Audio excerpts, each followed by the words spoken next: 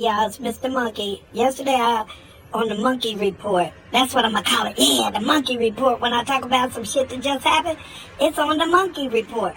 But now, what happened? It was some kind of summer camp school or something, and that's when the guy came in. Reportedly, allegedly. See, we got to remember we need to use that word as well. Allegedly, this is what happened. He shot at the classroom, and they said that allegedly he fired on police, allegedly, and they returned fire, allegedly. That's the word they like to use in the media all the time when it comes to a particular race of people. Allegedly. So I'm going to say allegedly this is what happened, but look, we all need to remember, you can't believe everything that's reported on the news. That's just it. I don't care what the situation is. Do your own investigation if you feel that strongly about it to want to know the whole truth.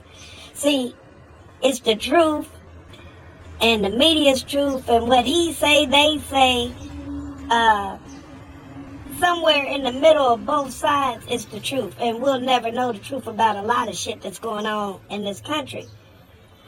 And a white guy, if you look at my post from yesterday about this situation, said, well, they shot and killed a white guy last month, and it's not just black people.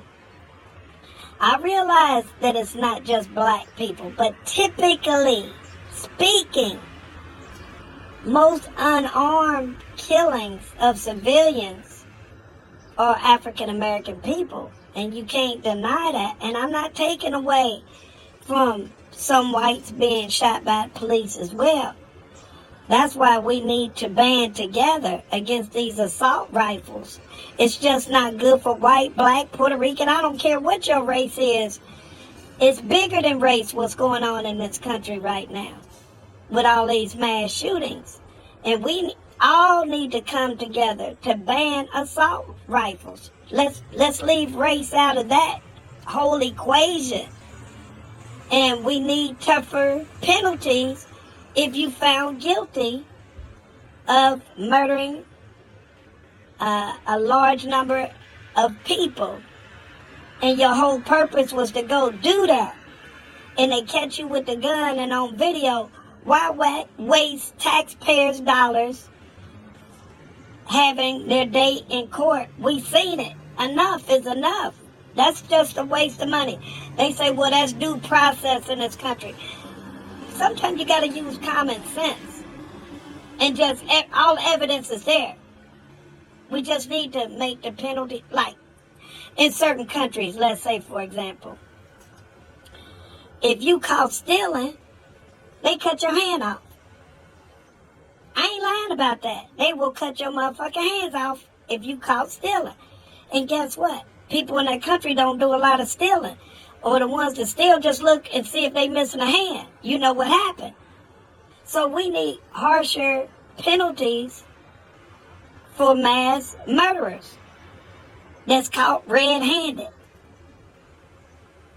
Death penalty.